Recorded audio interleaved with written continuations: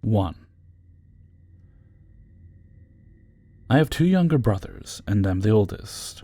All 3 of us have had this room at different points growing up, and it's currently my room now. When I was young, my mum said that I would talk about the old man in my room, and say that he would just stand in the corner. She said that I was never scared of him, and that I was never that bothered by it. I would always describe him as standing in the same corner of my room, and that he would always smile at me. I grew out of it fairly quickly, and would only mention him on and off for about a year. This is a fairly common thing, and can be explained away pretty easily, if it weren't for the fact that my 2 brothers that had the room after me would also describe the exact same thing and even point to the same corner when talking about him. They weren't scared of it either. My youngest brother was the only one of us that never met my granddad, and would tell my parents things like, "Granddad read me a story last night, and Granddad came to see me last night," but still pointed at the same place. I only found out about this a couple of years ago, and it was already my room again by that time, and both my brothers had stopped mentioning it a while ago by then. My parents obviously never mentioned it to us kids, so we all talked about it without having any clue we'd all experienced it. We never mentioned it to each other, and none of us can remember anything as we were all pretty young. I don't really experience anything strange in the room now. My bed is currently in the corner of the room where we all said we saw him. The only strange thing I've experienced since is a breathing noise right in my ear when I'm trying to sleep. But I don't feel scared by it. I'm also pretty sure it's just something normal like the air moving around the room. I know there are much creepier and more interesting stories around, but I just thought it was a little weird and might be worth posting.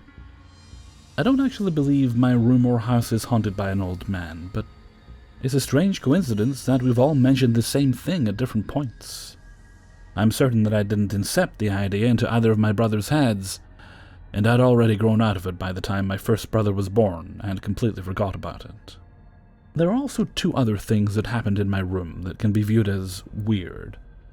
One was this touch-activated lamp that I had in my room.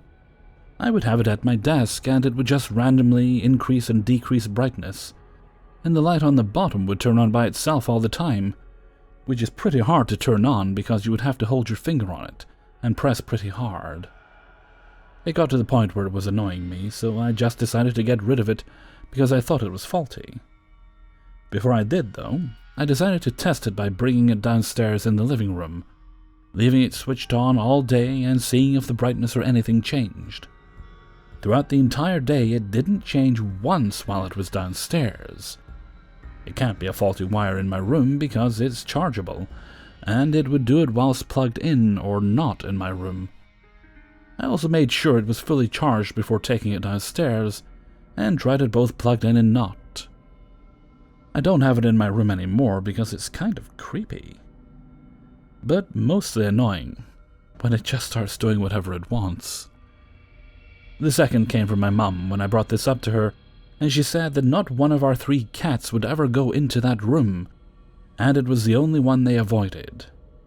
The animals don't seem to mind coming into the room now, though. 2. To preface this, I was a Christian back then. I'm agnostic now. And I didn't, and honestly still don't believe in the paranormal, meaning ghosts, and I was skeptical about demons. I'm posting this to see if I might be able to get an answer, and even if I can't get any answers other than the paranormal, I'm still just as happy to share this with you guys.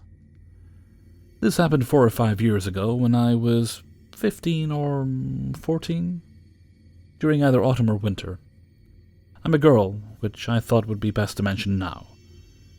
So I went on an activity with my church's youth group, and by the time we were done with the activity it was dark out. We went back to the church where the teens would wait for their parents to pick them up.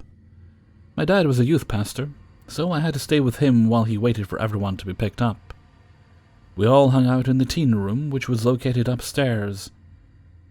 I'm going to use this as a segue to describe the rest of the layout, which will be important later.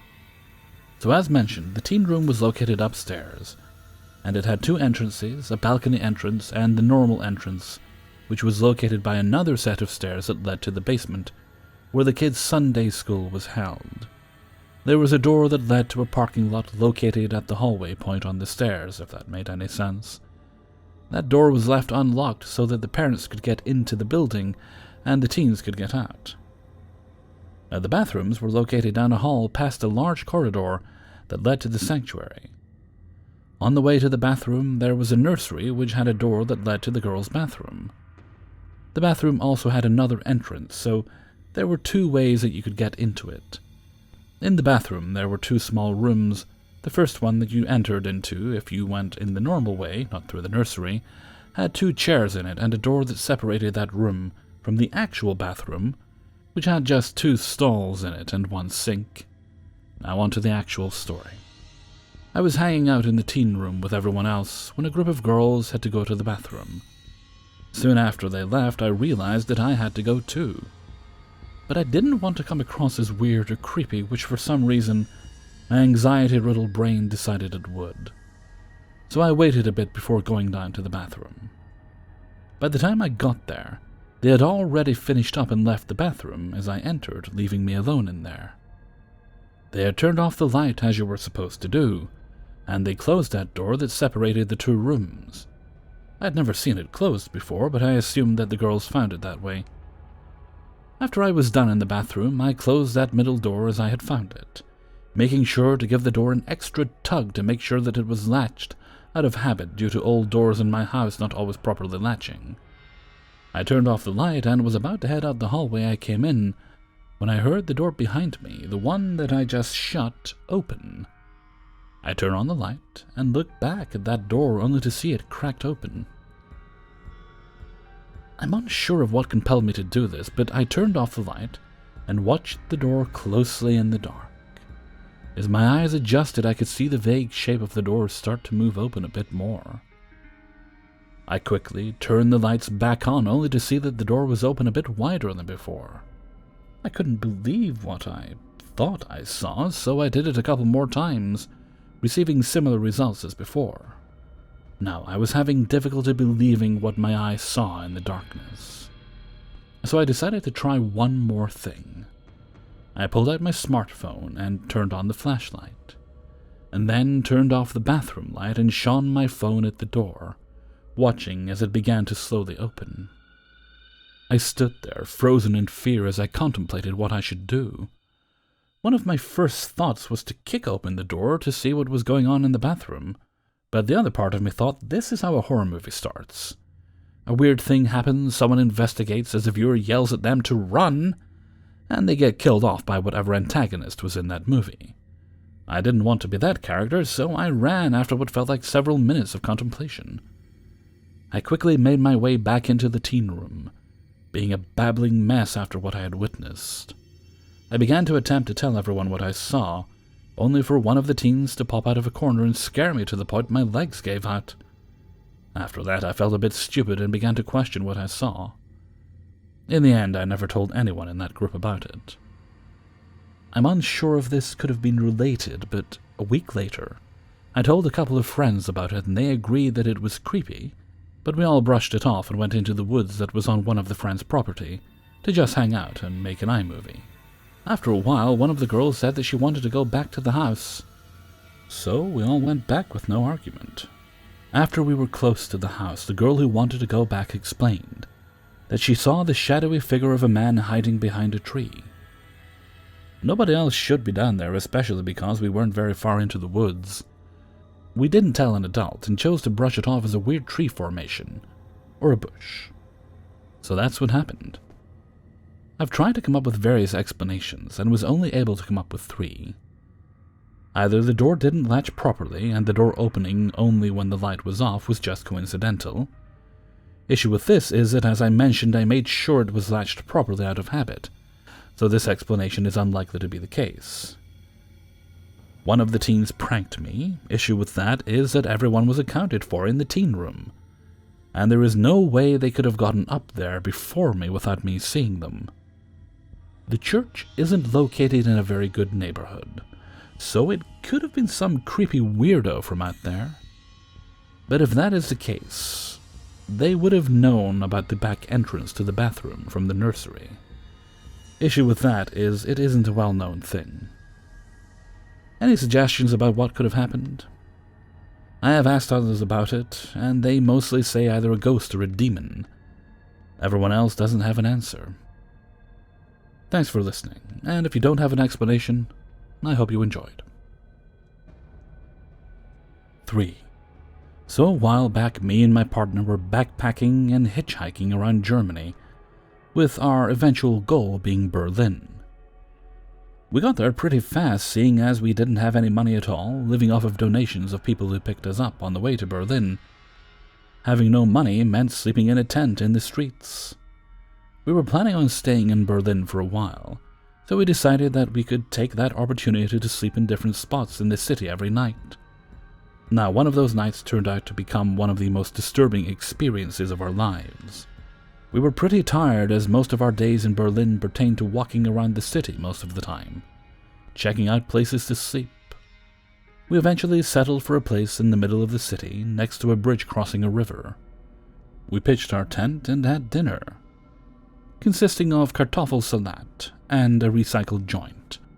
After that, I started to feel real anxious about the place we chose for the night, and after looking around, I found several heroin needles around our campsite. So we sat down and talked about leaving that place.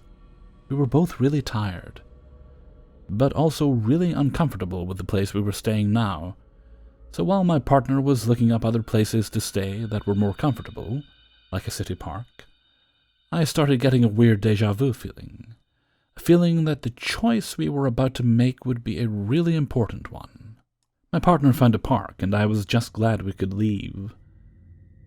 So we packed our tent and started heading towards the park known as Rixdorfer Höhe. By the time we arrived at what we now found out was a forested hill, it was already dark. We headed up, thinking we'd get our privacy somewhere high up the hill. After a climb somewhere halfway up the mound, we found an open place which, under any normal given circumstances, would have been perfect. Only I did not feel safe there at all. By now I was feeling such a drag to my partner. But the type of anxiety I was feeling right now was one I'd never felt before. I started scouting around the place, and the source of my anxiety became clear. On a path up to our clearing, I saw something I can only describe as someone staring at us from a distance. I was paralyzed just staring at this man. I thought.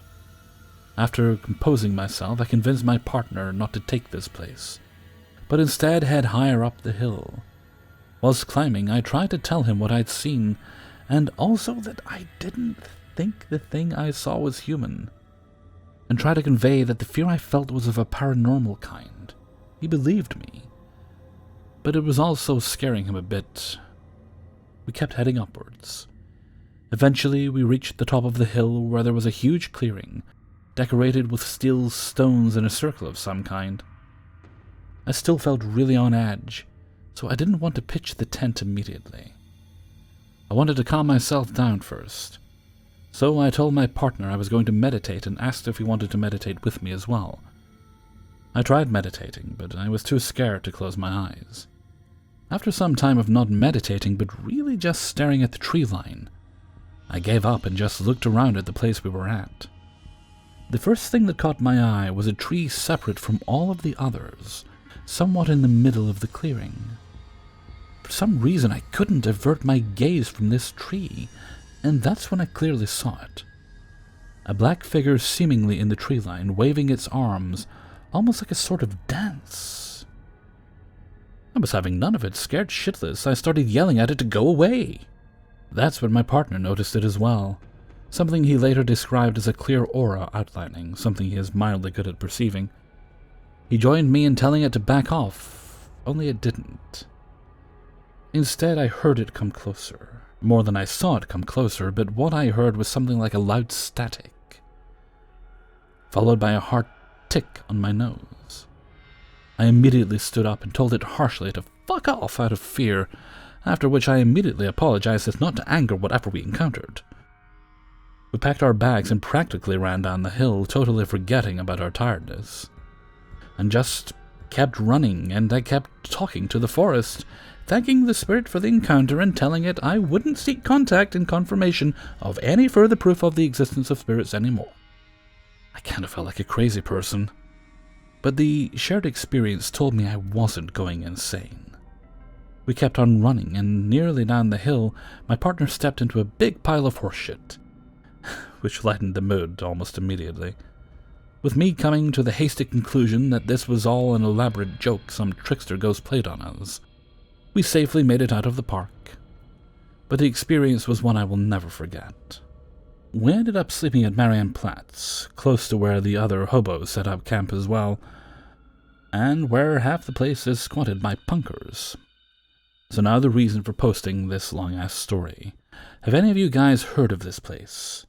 Maybe people in Berlin who can check it out for themselves. I don't think the entity we encountered was an evil one per se, and I'm quite sad about how I handled the situation. I have the feeling we could have helped whatever we encountered, but sadly I'm not in Berlin anymore. I'm also way in over my head when it comes to helping ghosts, but maybe one of you isn't. Let me know what you know. Maybe we can help each other, and if not, thanks for listening anyway.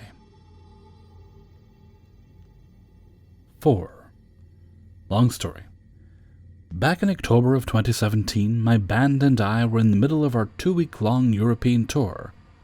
It was a great experience. However, what we experienced there will probably be with me the rest of my life. In fact, it is something I can't rationalize or explain to myself. Anyway, here's some backstory. There were 4 of us, driving around Europe in a Honda Jazz all the way from Scotland, plus musical equipment and clothes. Some venues, including this one, would offer accommodation and food on top of our fee, which was amazing. And you can imagine, after being in cramped conditions on the road for 9 hours at a time, we weren't really wanting to turn anything like that down. After our gig, some of the band wanted to go out and see the local nightlife, whereas myself, I just wanted to lie down, relax, and just browse the internet. As we were coming to the end of the tour, and I was in need of some downtime, we were led up to our room, which was above the bar, which we assumed would be a very basic room and a bed and bathroom, and led us into one of the most modern Airbnbs I've ever stayed in. It was super clean, super high-tech, 2 big, massive bedrooms with king-sized beds, with a shower and jacuzzi bath, massive kitchen, and beautiful wooden floors. I decided to sleep on the floor of the living room and kitchen room, on my blow-up mattress, which was open-planned, and the linking communal room to the bedrooms and bathrooms. As my bandmates were getting ready to go out on the town, I saw a leaflet on the kitchen table that said this building had been around since 1260, which was incredible, as you would never know, as the building and bar have been renovated to the point that you didn't really see any of the old designs anymore.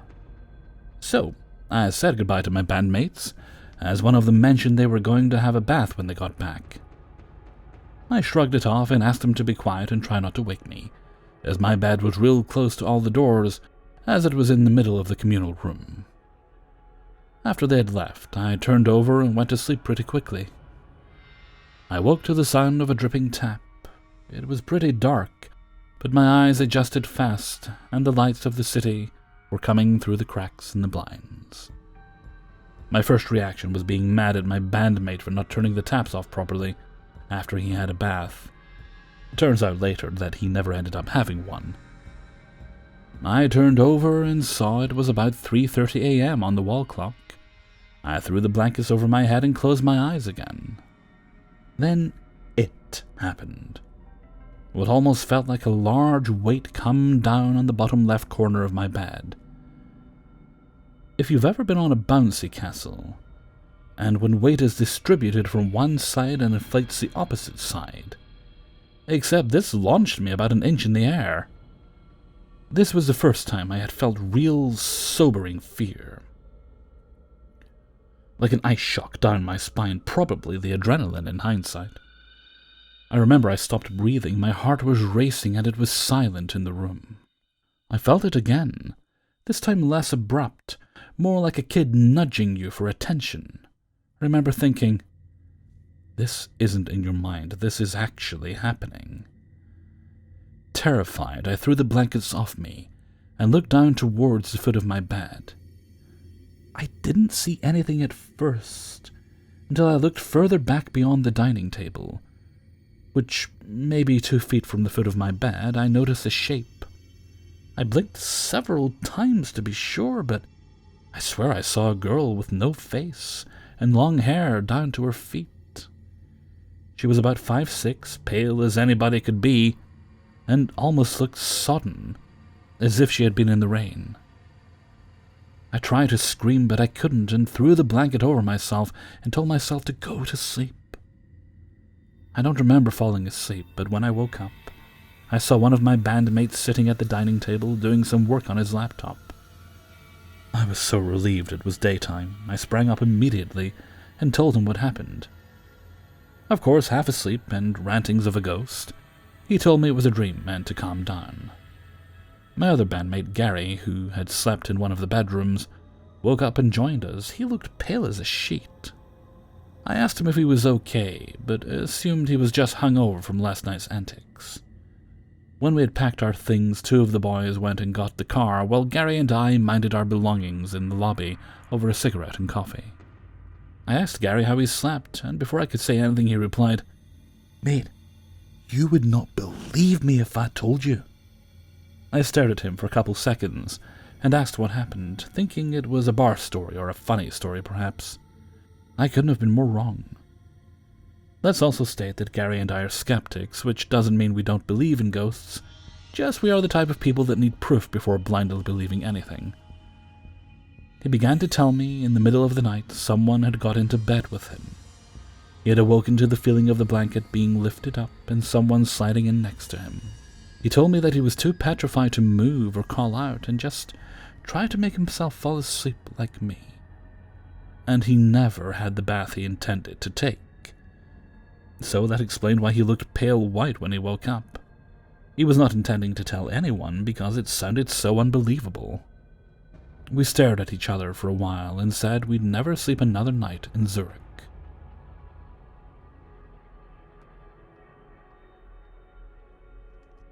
Five. Myself and my partner rented our first house back in 2012. Nothing creepy or particularly off-putting about it. Just a standard terraced house on a street of identical houses in a northern town in England. My partner, now wife, was pregnant at the time, so we needed somewhere to bring up our first child. We chose this one as it was in an area we were familiar with and the rent was affordable. When we first moved in, everything was normal. Just a standard house, and we set about getting furnishings and all the usual stuff. I used to take my wife to work early in the morning, and I'd drop her off and come back home. The front door opened directly into the living room, and there was a sliding door from this room which went into the kitchen. This had a door going out the back to an enclosed yard shared with nearby houses and the stairs leading upstairs. There was also a frosted glass window next to the sliding door, which was presumably once a serving hatch. But now it just served to let in some natural light, as the sun never got to the front of the house due to the narrow street and surrounding houses. Within a few weeks of moving in, I developed a weird feeling, like something was watching me through the window. It wasn't overpowering, but it did get to the point whereby I'd actively avoid looking at it out of the corner of my eye, as some part of me always worried I might see something on the other side looking back. I'd always been deeply skeptical of anything paranormal, so always tried to ignore it or laugh it off as me just being stupid in what was an unfamiliar house. That said, the feeling became stronger to the point that after dropping my wife off at work, I'd come home and catch a few hours on the sofa in the living room, as I didn't want to go into the kitchen and up the stairs to bed. The feeling was definitely strongest in the kitchen and on the stairs, and the only way I can describe it is it felt predatory, like the constant nagging feeling that something was either watching you or right over your shoulder about to rush you. Even though there was nothing there. Things seriously escalated after one particular evening. We were watching a Darren Brown TV show where he was disproving the idea of the paranormal and seances. Part of the show asked you to perform a Ouija board at home, and the premise was that he would lead the responses and tell you what results you would get, thereby removing any idea of it being anything more than suggestion and parlor trick. My skeptical nature, combined with my wife's belief in the paranormal, meant that I was keen to go along with this to prove how her beliefs were silly. We started the Ouija board and went along with all the instructions, except we didn't get the results the show said we would. We got something far more sinister. When we asked the name of any spirit rather than the scripted name we were supposed to get, we got the name Ernest. By this point I'm laughing, thinking my wife is pranking me, and that Ernest is a stupid name to come up with. My wife isn't laughing though, and says we should stop. Thinking that it's all her, I go along with it. Do you like us living here, Ernest? No. Why not, Ernest? What do you think of me? Rogue. Now it's worth mentioning that this confused me. My only experience of the word rogue was in various classes in video games. Okay, so what do you think of my wife? Whore. Wife is getting more upset, and by this point is really quite distressed. We follow the rules and say goodbye. The glass we were using as a planchette goes to goodbye. The board we were using was made out of scraps of paper with letters and numbers, and the usual yes, no, hello, goodbye on them. As my wife was so freaked out by this, I collected them together, put them in a glass bowl, and took them out to the yard and burned them, partly for her peace of mind, partly for my own. That night we had gone to bed, and around 20 or so minutes after we got in bed, we heard a loud bang that came from downstairs.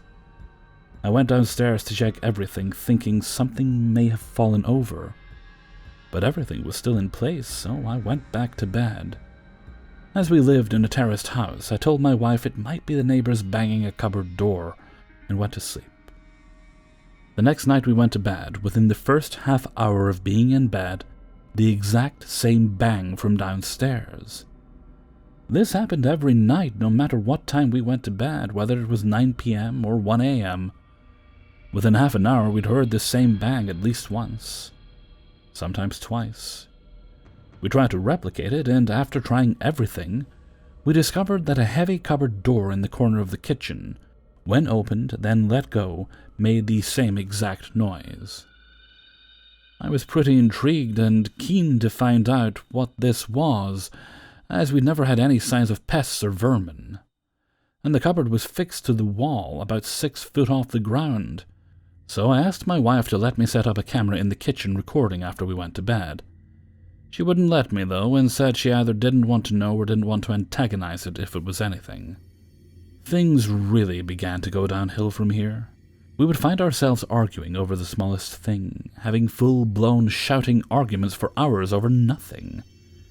Despite normally being a very chilled-out person, often accused of being too laid back, I found myself constantly on edge in a combination of what I can only describe as anger and anxiety. This didn't happen overnight, and was something that built up slowly with both of us, to the point I didn't notice it was happening until much later.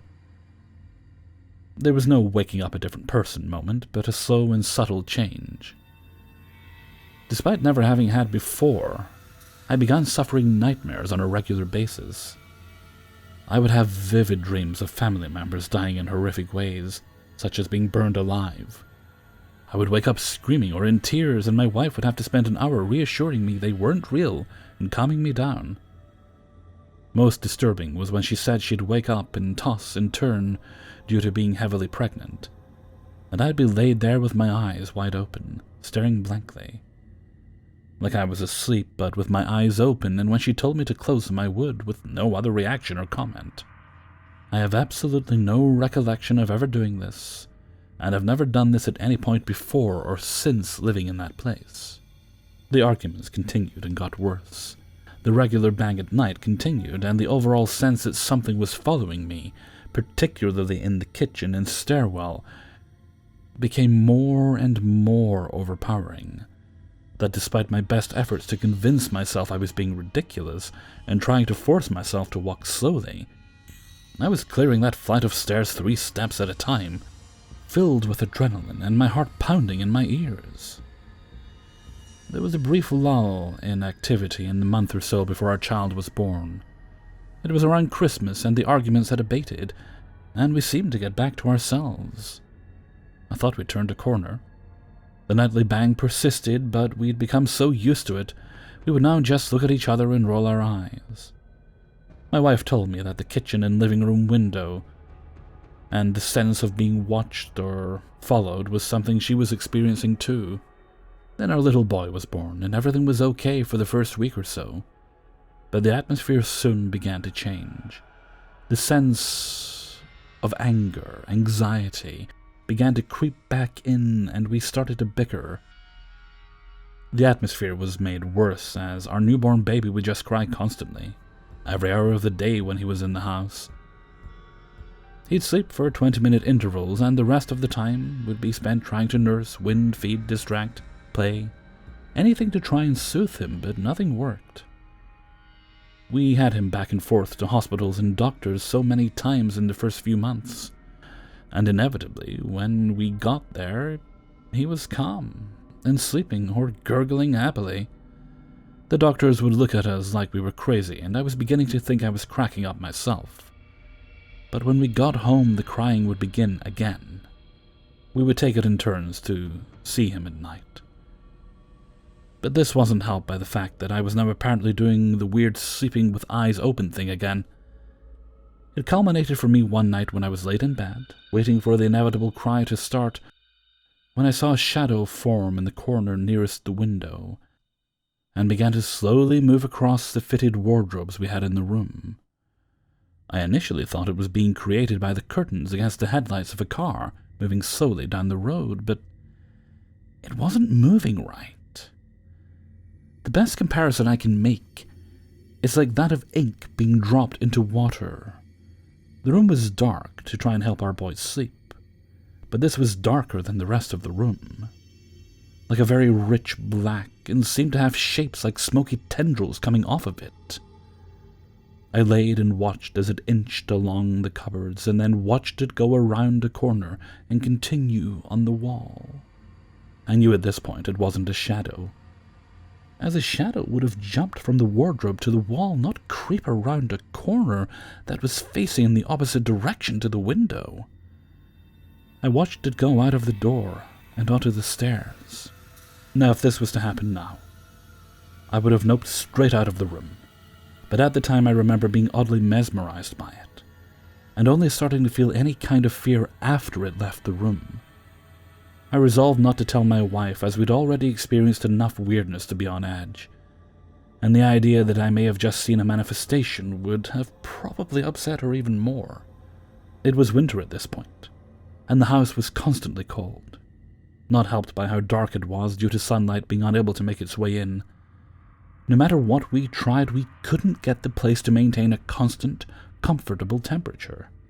One room may be red hot, but the one next to it freezing, despite the heating being set the same throughout the house. The rooms which experienced hot or cold varied from hour to hour. The temperature would spike in a room only to fall again to uncomfortably cold in the space of half an hour.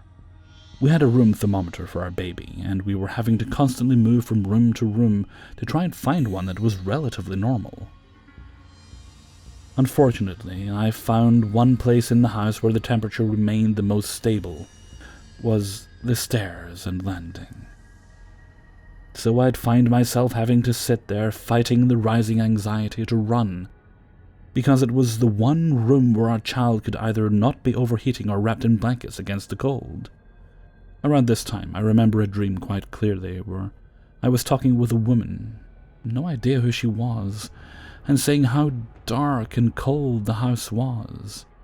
She asked me if I knew what that meant. I said no. I remember even now when she said that life needs light to grow. The only thing that can thrive in darkness is death.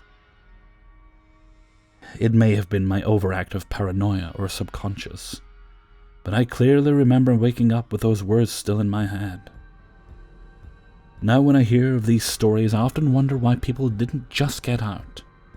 There's usually excuses about not wanting to surrender their home and fighting for their house. Well, this wasn't our house. We were renting it, and all the combined problems and weirdness got too much. We decided we had to move. We found a house a few miles away and gave our notice on the place. It was the night before we were due to move, and in the early hours of the morning we heard a piercing siren. We had a carbon monoxide alarm, and it was going off. We opened all the doors and windows and got outside. My wife and our boy went to my parents while I waited for the gas engineer. He arrived and immediately condemned the gas fire we had in the living room, which had started leaking carbon monoxide. It's difficult not to think that without that alarm we could have all been dead. And the fact it happened on the day we were due to leave, I couldn't shake the idea that the two were linked, or something either wanted us not to leave, or give us a parting gift. I'd like to say that when we moved out, everything was better overnight. It wasn't. The new house started out okay, but the nagging feeling of being followed around slowly crept back. Not as intense, but noticeably there. In this house we all shared a bedroom and had a lot of stuff still packed in boxes and generally cluttered in a spare room. One of them was a bouncer for our baby. This was a Fisher-Price frog-type bouncer, and had eyes on the front which, when rolled, would play a tune. Around 4 a.m. one morning, and the frog tune starts going off. I immediately looked to the crib next to our bed, thinking our baby might have got out somehow and started playing with it. But he was fast asleep. I did everything I could to get it to go off again without spinning the eyes, knocking, hitting the floor around it. I tried to tell myself it was maybe the batteries, but this was the only time it ever happened, and we didn't have to change the batteries for the next 2 years or so we had it. The feeling of being watched grew, only now it was strongest from a conservatory on the back of the property. My wife and I had been through enough by this point that we were now openly discussing the weird feelings with each other. There were a set of double doors between the kitchen and conservatory, and this one particular night, my wife asked that I close them. I didn't ask why, but did so. But an hour or so later, I decided to go out back for a cigarette. As I opened the doors, the glass-paneled French doors of the conservatory were in front of me. It was dark outside, so all I could see in the doors was the reflection of the lit kitchen behind me. As I walk towards the doors, I see in the reflection, very clearly, a black silhouette of a person run behind me. Almost like it has ran into the house through the exterior wall and straight through to under the stairs. My first thought was it was someone outside, but as I checked, no one was there. I stood there smoking and thinking and realized it couldn't have been outside, as the figure passed behind and was briefly obscured by my own reflection. So it had to have been in the room behind me. I quickly finished my cigarette and went back inside. I sat there mulling it over before telling my wife the next day, to which she said she had wanted the door shut as she hadn't felt comfortable about that room all day, more so than usual. We had a similar instance a month or so later, which could have ended badly. While driving and pulling onto the motorway interstate for our American friends, slip road, my wife all of a sudden jumped on the brakes. When I asked what the hell she was doing, she said a dark figure had just run out in front of the car. There was literally no one around, as the slip road was in a wooded area away from any built-up spots or paths. I didn't see this myself, as I was in the back of the car with our boy, but my mother-in-law was in the front, and she said she saw it too, and was equally spooked. Gradually since, the feelings of anxiety and tension subsided, and we eventually moved again. Mirroring our experience of leaving the last place, though, on the day we were moving, we were taking our belongings down the drive to the van, when a roof tile slid off, narrowly missing hitting me, or my brother-in-law who was helping us. We all moved to a house which, out of any, should have been the most haunted, having been built earlier than the others, in the 1830s. This house, however, was the most tranquil, and had no such weird atmospheres or happenings. All this was around 6 to 8 years ago now, and we often walk past the first house, and have seen it come up for rent many times since, so nobody seems to stay there long. The funny thing is, we've both said a few times how when we see it on the market, we both have a desire to go back. We've even talked about going for a fake viewing just to walk around the place. We never have, but even the idea that after everything we still feel an urge to go back to it is something which the rational part of my brain can't really explain. I'm so tempted to go back through all old census records to see if an Ernest ever lived in that house, but so far I've resisted the temptation to rake it all over for fear of setting something off again. That and finding out that someone did, well, I don't know if I'd like the answer. Thanks for taking the time to listen through all this.